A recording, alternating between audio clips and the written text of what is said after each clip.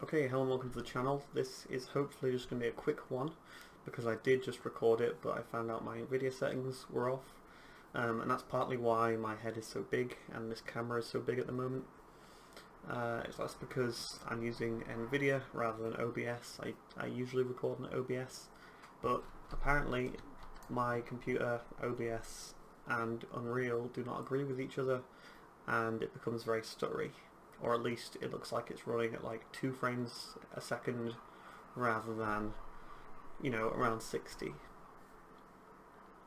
The reason the frame rate is like this is because I am using some ray tracing in there, but I've turned off ray tracing reflections, but other than that it should look exactly the same as how it was when I uploaded the video.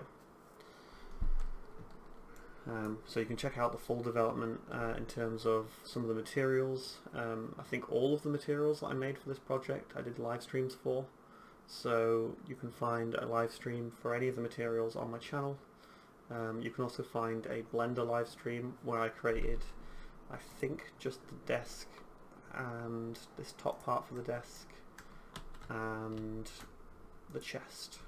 I think I created all 3 of them on the live stream, so you can see basically everything that I did outside of Unreal. You can see that on previous videos, but now I wanted to give just a quick video where I'm just going to point at random things and I'm going to talk about what I did with it. A lot of it was made very quickly, and in fact if you do go to my Artstation page, and you can see on the challenge page, if you go all the way back to the start and you look at the first, like, I don't know, 20 uploads, because I was uploading quite regularly, and you know, around a month of working. I think a month and a little bit. All I had done was all of this surrounding stuff. So I'd done sculpting for all of these columns. I'd done the block out for everything that was outside, and I hadn't blocked out anything on the inside, you know, maybe just the desk. So in the first month I started off straight away making the rock materials. So if I just follow this back to the master, I made the actual base rock of it in Substance, and then I imported that as a base material. So that is somewhere on here. I've got detail texturing, and that helps it out quite a lot. So every rock material I've got in there has got detail normal and detail color, basically just so when I get really close to it, that when the lighting hits it, it just looks a lot better. I could have done it a little bit better, but that's just how it ended up. And I think that was the only thing that was going on with that material. I did create a parameter that just allows me to turn on object scale texturing, which means for these, you know, you've got some shapes like this, which are your sort of my sort of high quality or higher quality sculpted pieces, and then I've got this like base material thing going on, which is just trying to blend in, which I think, if you, now that I point it out, you can notice it probably, but it is just completely different to the rest of them. But if you don't know it's there, seagulls, if you don't know it's there, then I feel like it blends in. And basically if I just scale this on the z-axis, then that material just never gets more stretched than it already was, which allows me to create like a cage all the way around this place that just has the gaps filled in by that. It's mostly stuff that doesn't appear on camera. I mean, I've got a camera angle that comes down the steps, and then I've got one that comes across this way where you would see it, but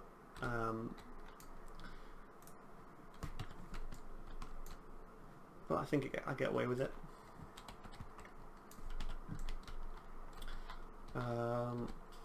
Again, I did already run through this, so Excuse me for going through it quite quickly. I also used that object scaling stuff on the floor here. I thought it was quite cool how I did this, because if you take this piece and you take this piece, then you can see that they've both got, this one's got a big seam and down the middle there on both sides, so that it can fit in with this. So it can fit in with how this was laid out, so it's got a different material down the side, and it's got a different material and different material in the middle. So it was made for that section. But rather than importing new things, what I did was, if I take that exact same cobblestone and I put it on that edge, then the way that it's unwrapped is that they'll always be in line. So thankfully that just worked out. I mean, if I replace it with that one onto this place, then that's just how it looks. And then when you cover up that seam, it's alright. And it's the same exact mesh here. If I change this to a different material, then I can do that exact same thing. But without it, it lines up perfectly to be like that.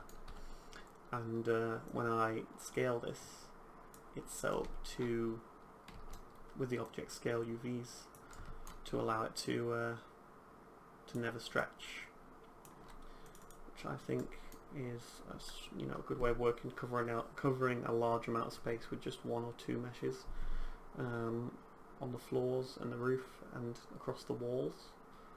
Works pretty well. I call it Tessellation Master, I call it Test Master, but I actually end up just using Parallax occlusion mapping, and it all goes back to the object scale, which is just multiplying. I pen them together, so the X is your left to right, your Y is your top to bottom, and if you unwrap your objects in the correct way, then this is all you need to create that. And then additionally you can scale that further if needed by multiplying it. I never did that, I just unwrapped it how it was, so I didn't need to. There you go. And that's how that looks. That's from Substance Designer. I think it looks better in Substance Designer than it does inside the preview, and then I think separately to the preview it looks better inside the scene. But these were quick materials, pretty much a day, a day or two of afternoons, on the weekends as well, yeah, just a day. That's pretty much how they were made, very quickly on those live streams that are on my channel. And I think that's two of the main material tricks I've got. The other one is for the books, which is outlined on my channel as well. Somewhere here I've got just a mask that I'm using to mask out the books, and I'm using that with the object position to change the hue of the books. So when I get I've done it very subtly. You can do it so with solid colours. But if I grab just some of these books, you can see they're slightly green. If I move that around, hopefully it'll work unless I've broken it. Strangely that's not changing. Let me just have a look. Yeah, the mix is very, if I change that here, I must have broken it. But you can see, yeah, that one's not working. You can see here that the more I move it around, the more that's changing. So if I duplicate this a few times, I turn that back to how it was, then you can just see it's a very subtle difference. The way I could have made that a lot more pronounced, because I didn't make it, it's a cool technique to just practice with, but I could have actually taken the actual base colour and hue shifted that texture rather than multiplying this over. Basically, I'm just lerping it afterwards. But if I'd actually hue shifted that colour, then we can see what happens if it's not too long. Hopefully. You can also see that I do use that texture across. That was my main props texture. It's just one shader that's used across the whole of anything that isn't too specific. There you go. Let's set up real quick. And let's change that hue shift max thing, because I am still lerping it. Let's get in here, change the hue shift, and now we should see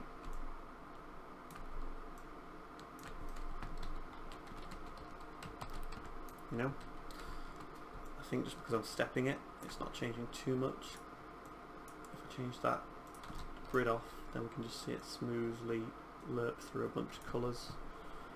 And if I change that,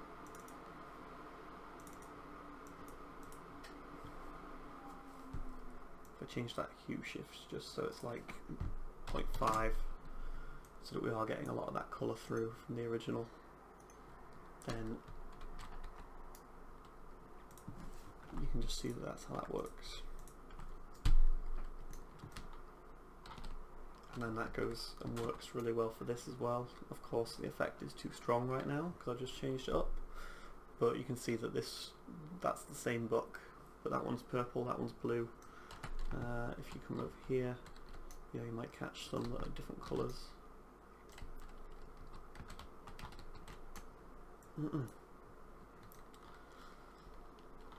And okay, smoke and VFX. I animated this. You can't see it very well until you get into, let's go into a cinematic and go with shot 4. Let's go shot 4 and let's take it to, there you go. So I'm just going to hit play. I didn't need to animate it too much. Every ring can animate, but I only needed to animate it when the camera was on it, and basically the camera, you can't even see it that much in the actual shot. So if I hit play,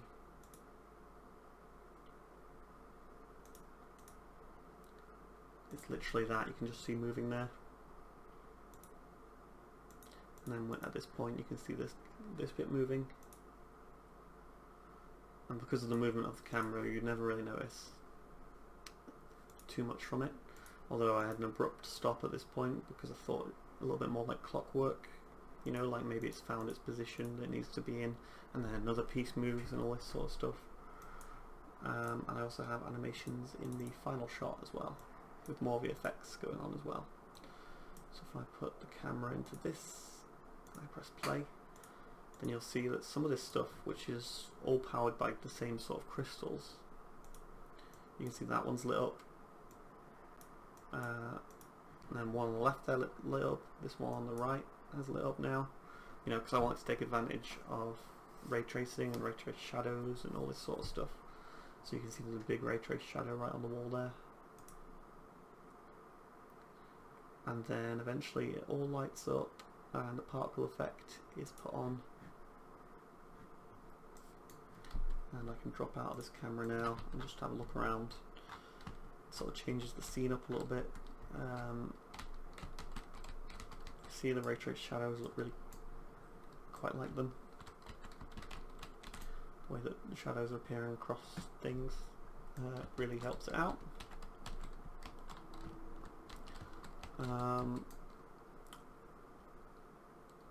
The smoke is followed from Unreal Simons. I'm going to talk about the smoke because it's part of the effects over there.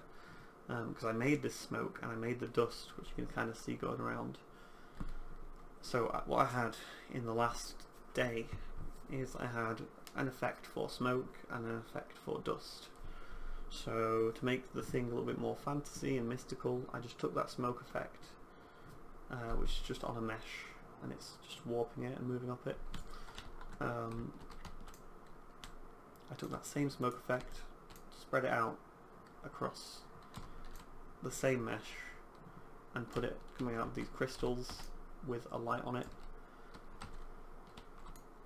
And then I also took that same smoke effect and put it on some rings around here. And then the dust, I just made the dust emissive and made it sort of just flow out of this thing.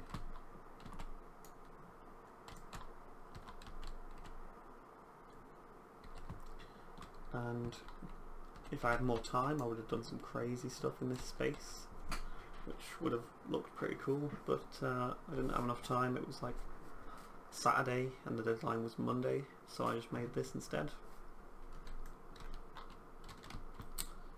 And I think it did turn it around a lot, because I really wanted to do something a little bit different than just the concept.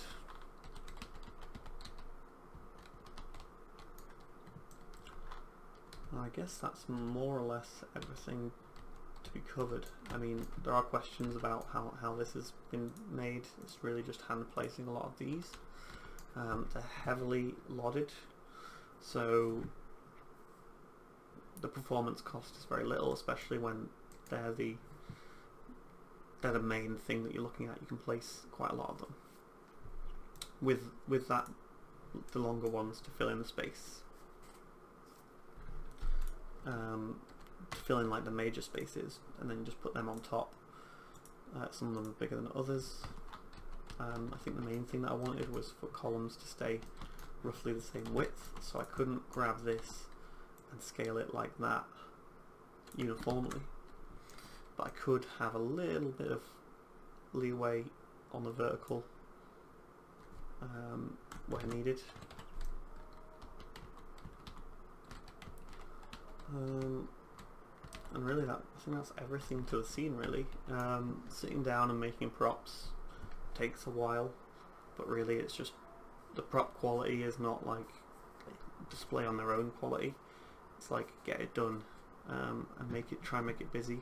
There were some people that's made it really, really busy, and they somehow made all these props in like a week, and it was kind of crazy to see how much they could do in just a week. But I still, you know, in the last week, you're making all these props and just getting a little bit of stuff going in there. And yeah, I think that's everything I wanted to cover. The rest is just standard material workflows. I do want to make more videos, and I do want to break down more stuff, and I want to just make more tutorials in general. But I am finding it hard to reason with time and effort, because I can come home and I can make some artwork, or I could make videos and all this sort of stuff. Ideally I'd combine both, but I really want to start changing this channel around a little bit, still uploading content and just advertising more stuff like Gumroad. I'm going to turn that camera off now, it's so bright.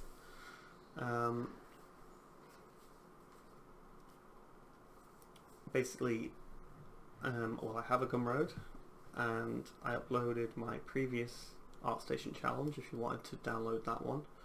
And any of this stuff just supports me. I mean, download the free content if you want, download the slightly more expensive content, or just pay whatever you want for any of this stuff, and learn from it, enjoy it, supports me, makes me want to upload more stuff, because it does help a little bit here and there. And hopefully I'll find time to break down more of this stuff. I am thinking a lot about what to make for Blender and such, and Substance, Blender and Unreal, stuff that I want to cover, stuff that you guys want. So feel free to subscribe and all that stuff, just so I can start and comment just about what sort of content you would want me to cover, because I am sort of in a mid-zone of where I want to decide whether I want to make artwork or if I want to make content for you guys, but which is a lot more effort. So thanks for watching, and I'll see you next video.